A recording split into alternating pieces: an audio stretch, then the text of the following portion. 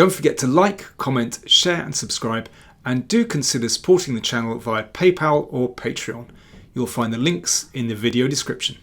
This is a brilliant attacking game, played in the last round of the group stage in the FIDE Grand Prix tournament in Berlin. We have Anish Giri playing white against Amin Tabatabaei playing black. Tabatabaei is from Iran, 21 years old, very talented, like, well, several young Armenian players. And going into this last round, the group was absolutely wide open. A draw could be enough to take the players, or take one of the players at least, into a playoff.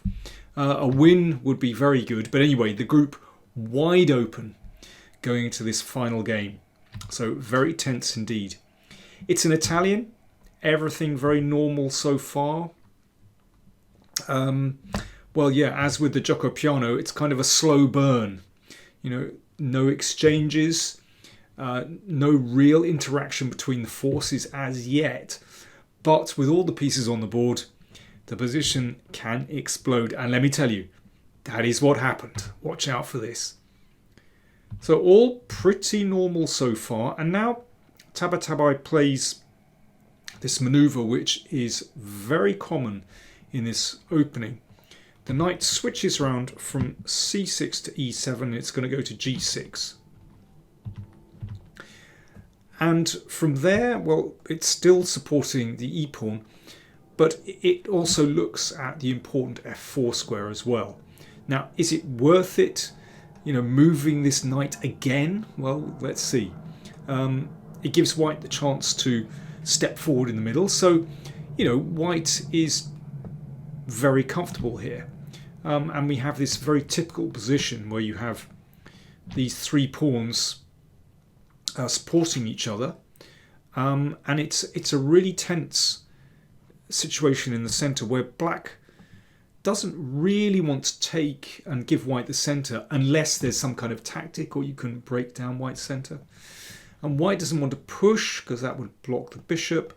And you don't want to release the tension here, again, unless there's some very good reason. So it's really tense in the middle.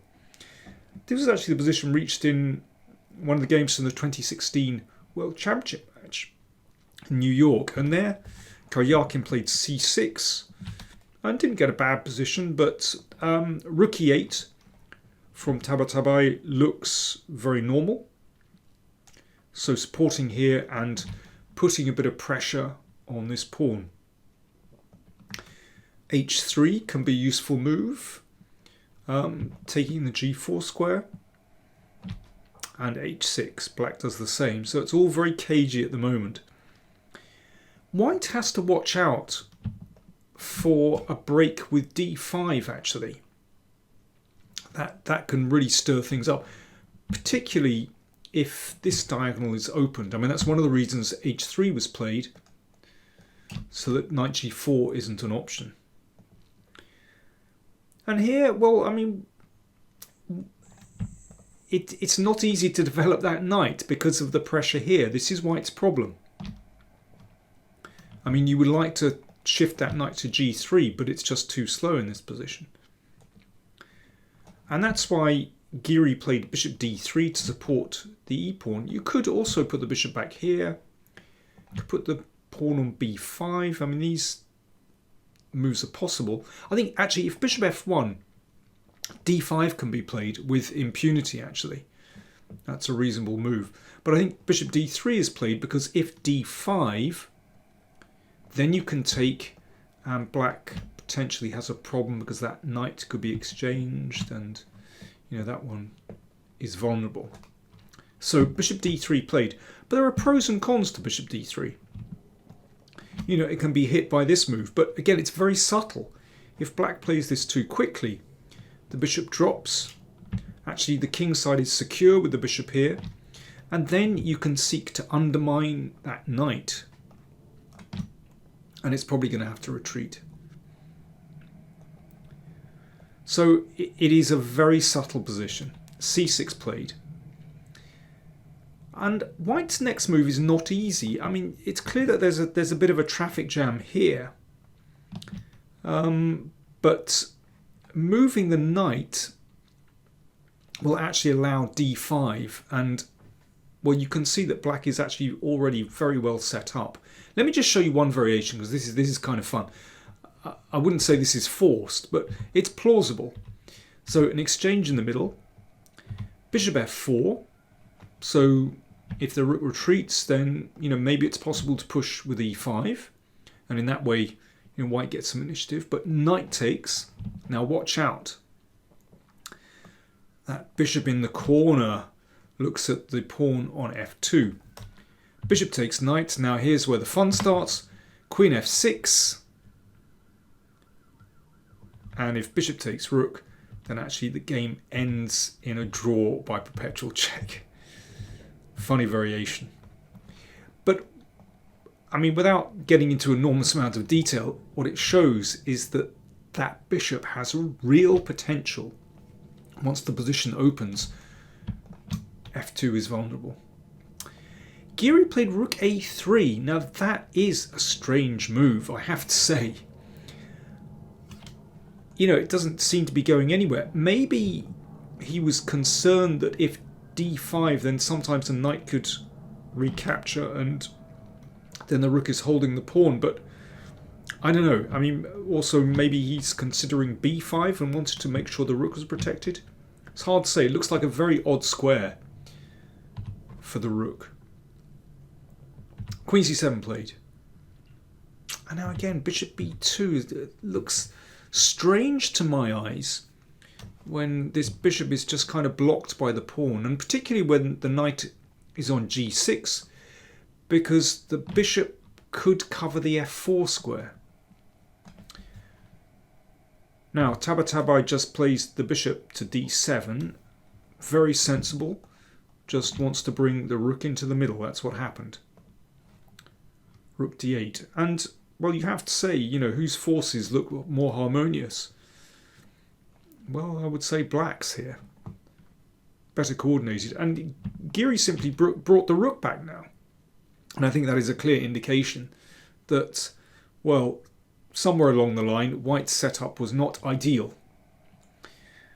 And here, because, white has, well, really squandered a couple of moves, it's black's turn, and black is already very well coordinated. So why not go on the attack? And particularly as there's no bishop on c1, then it's so inviting to bring one of these knights to the outpost on f4. So bishop f1 preempts that knight coming in. And you can see with the pawn on g3, not so easy to play h3, because that pawn would be... not so easy to play g3 because h3 would be taken. Now, maybe white should just put a rook in the middle. Perhaps just try to calm things down like this. Just try to take some of the sting out of the position. This move is actually very interesting with the idea of rook f6. I mean, really dangerous actually. But rook d1 looks sensible. But instead, Giri played h4. Now that is really pushing it. Now I understand the motivation behind the move. White, having advanced the h-pawn, now you want to play g3 without losing the pawn on h3. And in that way, if you can drive the knight back, well, fine. Then, white can perhaps still count on this space advantage. But just for a minute, it looks a bit loose.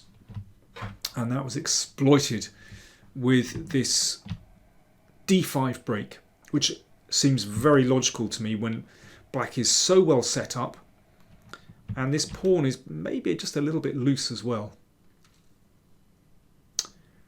Now here g3 was played. I just want to again show you a variation which is not forced, but gives an illustration of the kind of trouble that white finds himself in.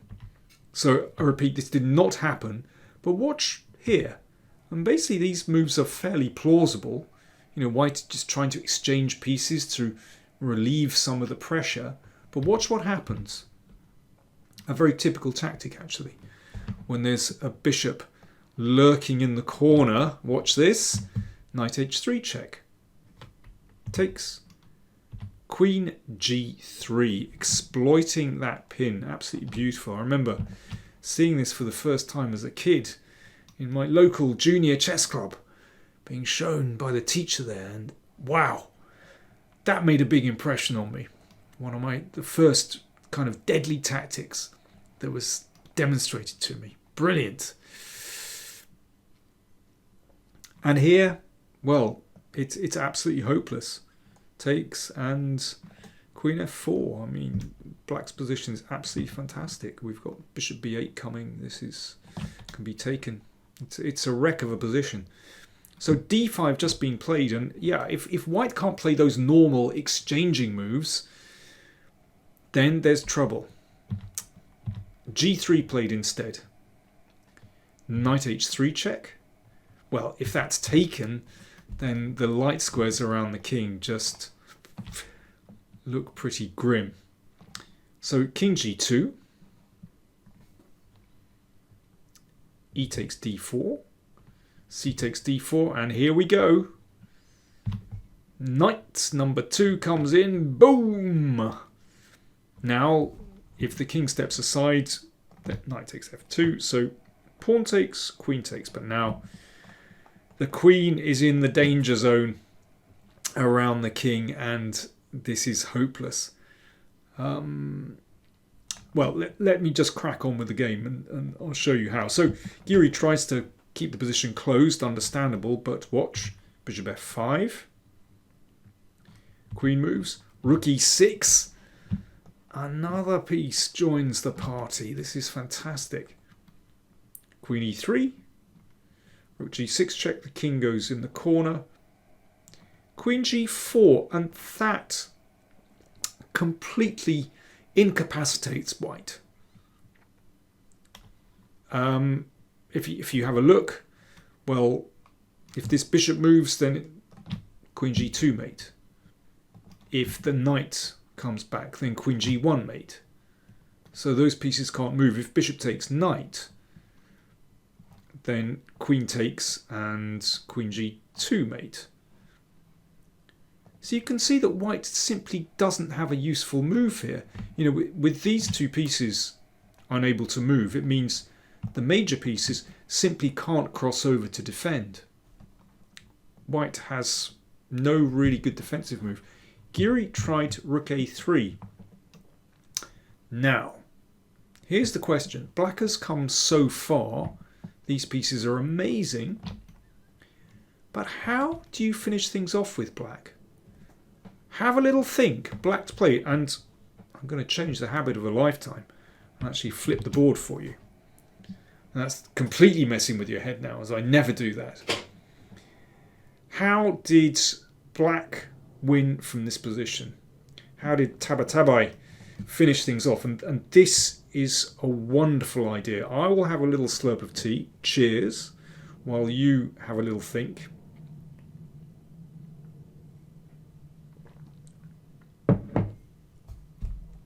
Okay, are you ready? Black to play and win.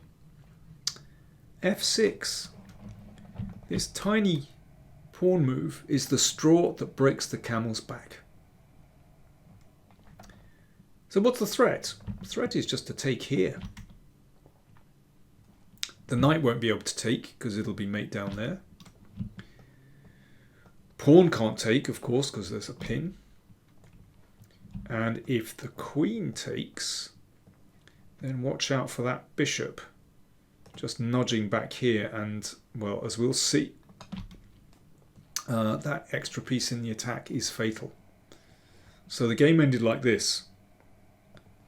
Pawn takes pawn. Pawn takes pawn. Very calm. That means this square is defended.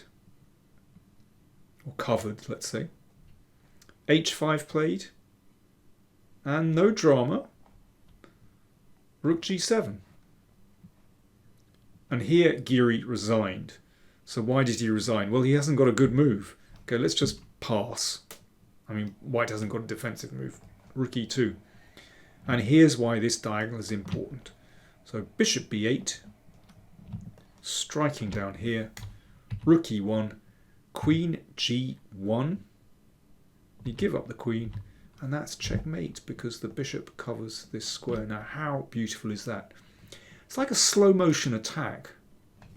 I'll flip the board back because I just like to mess with everyone's head. So f6, that was the move. I mean, this is just beautiful, absolutely beautiful.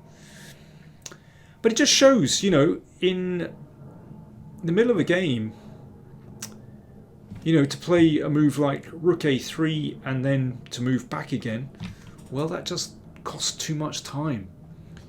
And I think Tabatabei exploited that very well. He actually won that group, qualified for the semi-finals, but then was knocked out by Wesley So. Very tight match, actually. It was 1-1, they went into tie breaks, but I mean, it just shows that Tabatabei is improving rapidly, and yeah, one of a very strong generation of players from Iran. There you go. Thanks for watching.